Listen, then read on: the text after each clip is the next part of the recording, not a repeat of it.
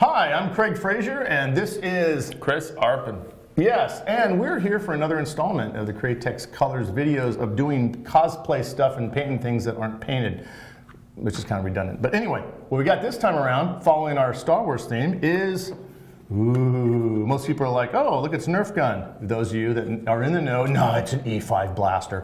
So this one is 3D printed by a good friend of mine, Walter Cosito from Counts Customs over in Las Vegas.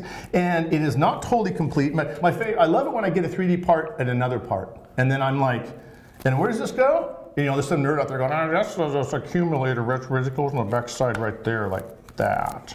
So that's where it goes. We're going to glue that on later. We're also missing a little part right here and a part that goes right there. Now, art fell off and it never came in the box or something. We're going to go ahead and make that. So instead of calling up Walter, having him 3D print it and ship it to us, I'm going to make this little part here out of Sculpey.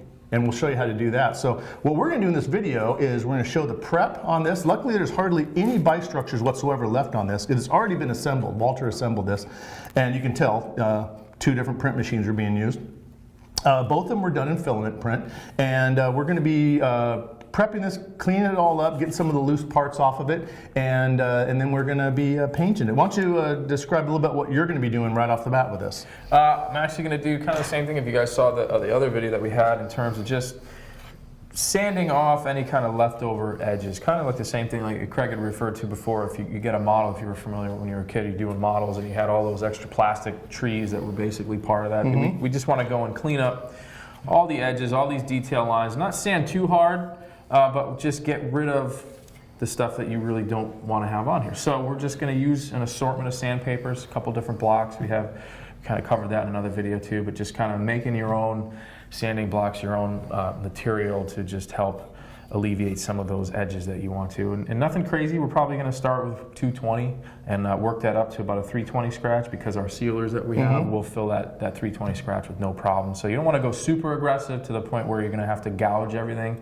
because you're just going to make more work for yourself. And we also have like an air dry spot putty and a couple different fillers that we'll use. This is a single component, so you don't have to have a hardener, and it actually sands incredibly easy. It's something that a lot of painters actually hate in terms of body work, but for this, again, because we're using water-based products, there's not going to be any kind of a reaction or bleeding because the water won't react with that. So it's a great product to use. Again, just maybe little details, edges that you want to clean up. So we're going to get that started and now, one thing we need to understand on this is we need to have an idea of what we're going to do in the end with this. Is this going to be like a presentation rifle where, because you see the type of rifles where the stormtroopers are all carrying them and they're all perfectly glossy white, and then we have the ones that are a little bit more thrashed. This one's going to be seriously battle damaged. We're going to make this one where there's literally, if there was any paint on it, it's gone. It's going to be mostly silver. And what we're going to do is we're going to use the Quicksilver product on that. So now what kind of base we put on that? As far as sealer goes, we're going to come in and use most likely the black sealer. And the reason we're going to do that is that I want areas to appear dark in the recessed areas where we don't hit it with a lot of the Quicksilver. Plus I want to hit it with the Quicksilver and then we'll go over and scuff it and then we'll knock it back and we'll get black scratches. If we went over white and we scuffed it, we get white back. I don't want that. So I want this to have a dirty thrash look. May even come in with a little bit of illustration decay or some dirt track candy, and we'll come in and just add some dirt and stains to it like it's just been thrashed. Where we'll do some muzzle staining around here, you know, from the heat damage, and then just general scuff. I may have a little bit of color I put down in here just to show that there was some paint that's long been worn away. That kind of stuff's more cool. Now, I've done those and people say, oh, that looks so badass. It's also a lot easier. If I had to make this a perfect presentation piece, it would be more body work than it would be paint time, and it'd be very, very difficult. Very tedious. And also, it's rarely required. Most people love the battle stain stuff. I've got a Stormtrooper a set of TK armor at home. I'm not going to make it all perfect. I'm going to make it battle damage. I'm not going to go, I was tempted to go zombie, but I'm going to go just battle damage. Next one's going to be zombie. So anyway, I can't think of anything else except for actually let you start doing the fun part. Sanding, and I get to do the boring, tedious part of airbrushing. Yeah. So anyway, we'll get going, and I'll let him play with that. When we come back, you'll see Chris sanding. Exciting. Okay, we're back, and we've gone over this, the whole blaster with some 220? 220, yeah. And while sanding it, a little rivet popped off. right here. I got it very small. It's in my hand. So I saved the rivet. I'm going to glue it back on later, and it went right there. And that's when I realized, wait a second, there's some holes here and here that look very similar to the hole here. No rivet, no rivet, no rivet, no rivet. And I also, remember I was talking about there was a piece missing on the front we're going to actually make. And this part came off. I'd like to say I did it on purpose so I could sand properly, but it just came off. It needs to be glued in. I'm glad, because otherwise it'd be really tough to paint that area. This part also came off. Yes, I am a palooka. I break things. But it made it a lot easier to sand around there. And we've got some inclusions. We've got an area right here that actually started to splinter a little bit because it was like dry. I think it just had some fails in this one area during the print. So I'm going to have Chris take over because he's got the rubber gloves on. And he's going to use some of this glazing putty. Yep. And we're not using the red nitro stain stuff because it lives up to its name. It stains. And we don't need that. We don't really need to worry about a non-catalyzed putty on this because this is not an automotive car with solvent-based paint. It's going to be water-based, so we're not going to have an issue with reactivation. But just show how you can use this over the sanded surface. This is just I mean, who makes this product? It's actually from Spies Hecker. Spies Hecker, nice, okay. And it's just like Craig said, it's an air-dry product. So it's no hardener, just an air catalyst essentially, which gives you a little bit longer working time. Now, you wearing the gloves because it's a skin irritant, or are you just a puss? I just don't like to get my hands dirty. You're a puss. No, so, okay, no big deal. I understand that. See, me, I'm wearing gloves because we sanded this, and I don't want to get grease and all. Yeah, you know, the day my hands are clean, you're putting me in that suit that has no back. Exactly. So, you can do the math on that one. Yes. Anyway, so this will take about how long to dry? This, depending on how thick you put it on, which you should not put it on thick, just like most products, you want to build it up in slow, like layers. 20 minutes to a half an hour before it's really dry enough for you to sand, and it should actually sand extremely well. It actually sands like joint compound, like sheetrock compound. It sands very nice and smooth. So we'll be able to hit it with a little bit of 320 and then finish it off in 400, which is going to be a perfect finishing grit for our Autoborn sealer, which is what we're going to use to get this guy all dialed in. We're going to hit this whole thing with a black Autoborn sealer, and because we're going to do the whole thing with a Quicksilver on top and then do different type of textures. We might add some worn paint. Unlike if we're doing worn paint, I'm going to add that later. I'm not going to paint the whole thing and then wear the paint away. I'm actually going to render it to look like it's worn. You can do it that way if you want. We like real patina. Oh, I like fake. I like that. And then we'll probably put a little bit back here to get rid of that little spiral action going back there. We don't want to go too far on this gun. I'm actually going to be, I think we're going to use a little bit of a stipple trick when we're spraying the sealer, and probably purposely not reduce the sealer down that much. I want it to spit. I want to create a texture on this to kind of look like the corroded metal, and it'll also kind of hide some of the inclusions already in there. Now, remember I made the comment about the missing rivet, which I found right here, and then the 4 that weren't on there. I'm going to make those out of Scopi. Now what Scopi is, it's a type of clay. You can buy air dry, you can be a catalyzed. I like the one that you can bake. And so we're going to basically just sculpt out some pieces for this, and then bake them in a little toaster oven and sand them, get them all prepped, paint them, glue them on here. I know, it's going to taste even better now. So it's not my toaster oven, it's a vacuum baker. I'm using your toaster oven. But I just want to show you that, can we 3D print those? Yes, we could. My son's 3D printer and Walter's 3D printer who did this is all the way back in Vegas and in Bakersfield or Vegas. We need this soon. I can sculpt something, 15 minutes in the oven, it's done. Done deal. And then 15 minutes cooling time, paint it, and it's ready to go. Am I going to make the entire blaster out of Super Sculpey? You could. You can also clean the entire bathroom with a toothbrush, but only if you're in the Army.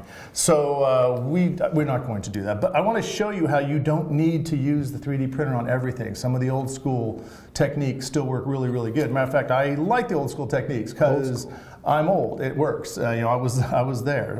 But we're going to use a couple of those. Another thing we're going to do is we're going to we'll glue all these parts back on, but we'll probably paint them separate, just because it'll be tough to get into areas where those parts are covering up. So these will all be painted separate, and the rivets though I'll probably stick on there before we do some final painting. But before we do the sealer, so we're going to use black sealer on this. Do you think it'd be good to come in and hit the whole thing with some 4050 adhesion promoter, or do you think the sealer itself would be fine on top of this PLA print? I think the sealer itself would be okay.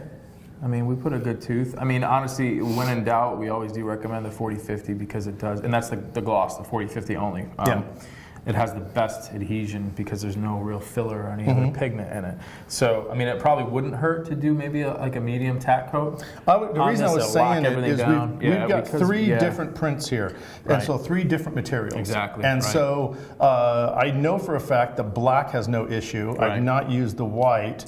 And so I think it'd just be safe to just, we'll give everything. Plus, that black sealer may look different on the white than it does this if it's not adhesion or drying the same. So if we hit it all with 40-50, we're giving it a homogeneous coat that then will act as a tooth. So showing how the 40-50 is not just a binder, it's not just a balancing clear, it's not just a top clear, it is also an adhesion promoter. It's a great adhesion promoter. Yeah, it's excellent. So, and actually, again, just so you guys can see, the entire time that we've been talking here, I just keep mixing and putting more material on. So this is kind of the if this was catalyzed, you'd I already would have had to scrap remixed, it, mix it, re-stirred it up and put it on there. It also will sand easier. I'd say in just this and this will look more like we're polished. It'll be okay. The other parts that we can leave more. There's a funky pattern that it looks like it was done intentionally on the grip, but we're going to leave it because a grip of a gun will tend to have a pattern anyway in it, for grip.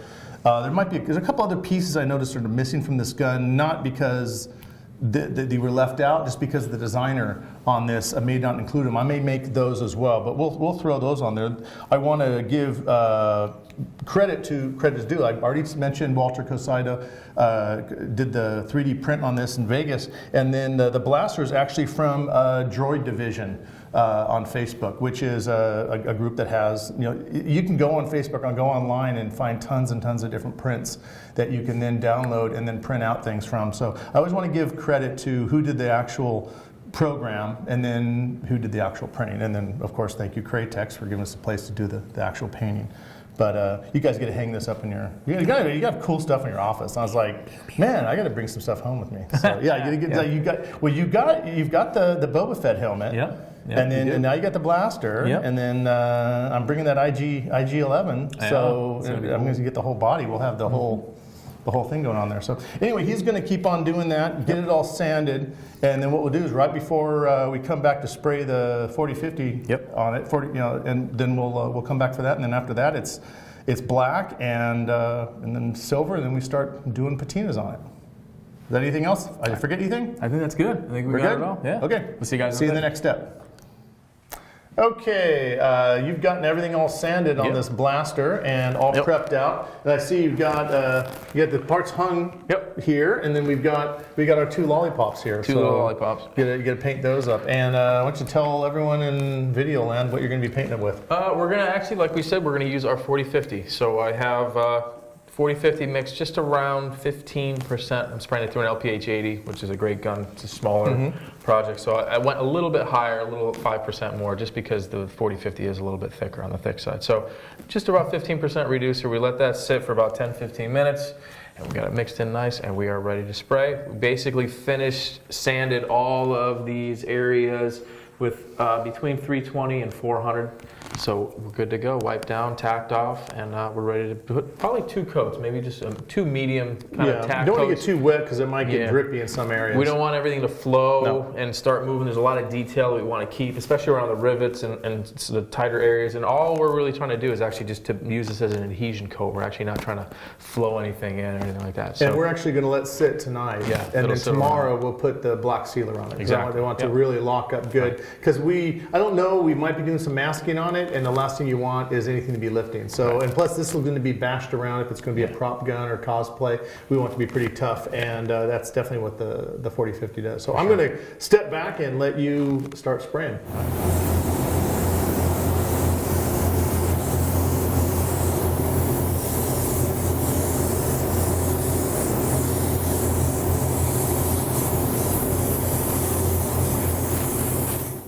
Okay, now got all the gun all good and 40-50, let dry overnight. That's our main adhesion promoter on this. So what Chris is going to do is you're going to come in and just hit it with black sealer. Black sealer. Okay, what I want you to do is I want you to get a nice even coat of black sealer on there, Yep. and then we're gonna let it, we're gonna maybe force dry it, Yep. and then we're gonna come back in and take a little piece of cardboard or something, put it in Right. front of the gun, Right. and we're gonna stipple, because I Yep. want there to be actually a stippling on it that we're gonna translate as corrosion. Not big chunks everywhere, I don't want it to be even. Two reasons. I want this to look thrashed gun. Also, the stippling is going to hide the fact that there is probably another 10 hours of body work we can do on this to make it look like a presentation model. But this one is definitely one that was left behind by a stormtrooper that is no longer with us. And then we have, don't forget, our two little parts, dudes little popsicle on the sticks. popsicle sticks that we need to paint up. I will later be making the little scopy pieces for the parts missing on here and just add some stuff on. Those will be painted separately and thrashed and glued on separately. So that's about it. I will leave you to it. All right.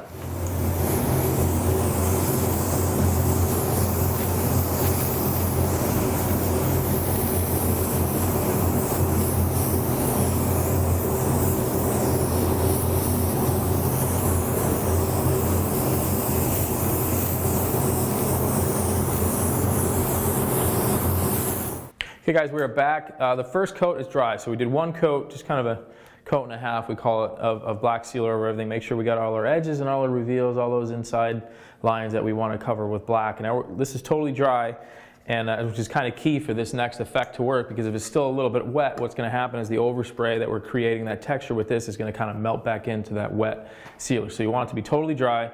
And for this, we actually played around with a couple different options, and we opted to have this little plastic piece that we're going to use.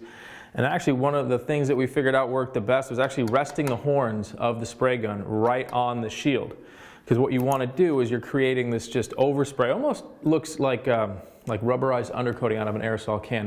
We're trying to get that random texture. So we actually choked up a little bit on the air pressure, turned it down a little bit. I'm probably right around like below 10 psi. And we're just going to kind of go ahead and spray this to just create that raised, kind of a rusted, corroded texture.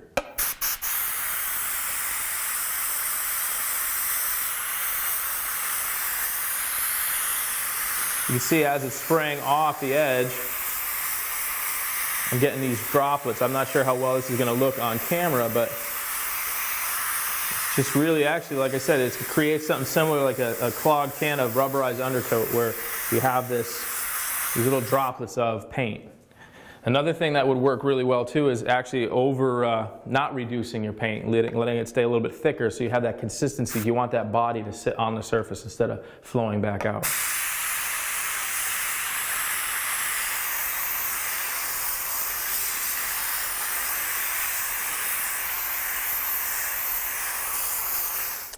Okay, we've got the gun and the E5 blaster, and all the components have been sitting overnight, which was needed because we really honked on the black sealer, and Chris, we did the texture on it. You can see a lot of the splatters and dots on there, and I wanted that. I want this to have a very thrashed, corroded look to it, because otherwise we would have spent about 100 hours of the body working on all the texture in this. So I figured, hey, you got texture? Go with it. So first thing I'm going to do on this, I'm not going to scuff it or anything. I don't need to. This is rough enough for the Quicksilver to stick to. It's not been 48 hours, so it's not fully cured, so therefore the Quicksilver will have no problem adhering to it chemically. And I have all the parts here I'm going to do now. The little small components I was going to make and bake and attach on here, haven't done that yet, but I can always do those separately and later on. I want to get this thing done a certain level, and then I'll figure out what parts I need to make for it. Because I may actually end up leaving some of the rivets alone, and then that one piece up front, once I make it, and we'll get it all glued together. But I'll deal with that later. Not going to deal with that right now. So just to use a small piece here, the one barrel that's been just attached, I got the Quicksilver in my brush. If you put it in the brush, make sure you shake the bottle up really good, and then make sure you shake the airbrush up really good, because it does settle. Do not add reducer, you don't need to. And then spraying it just lightly.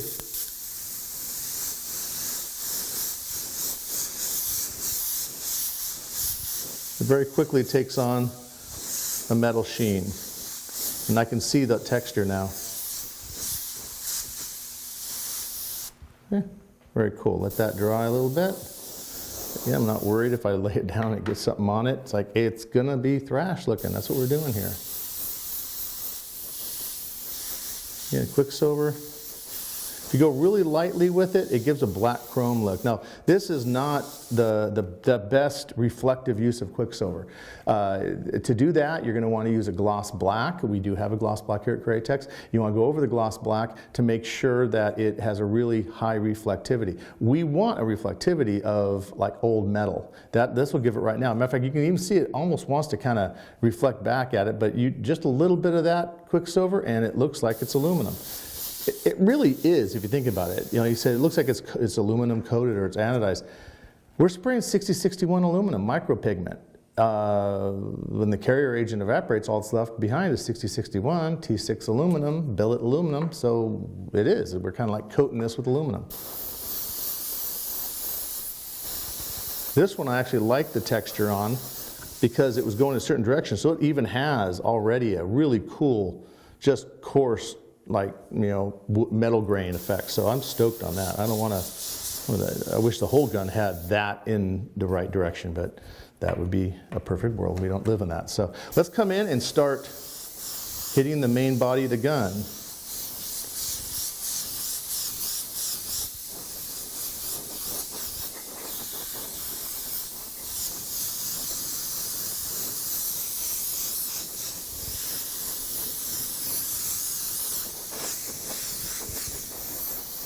Now I'm going to actually take a little break and turn the booth on. So we're going to have some booth noise for a little bit because we're going to start gassing this place out and getting the silver over the cameraman and he'll be very upset by it. So let's get the booth going and I'll keep on spraying this.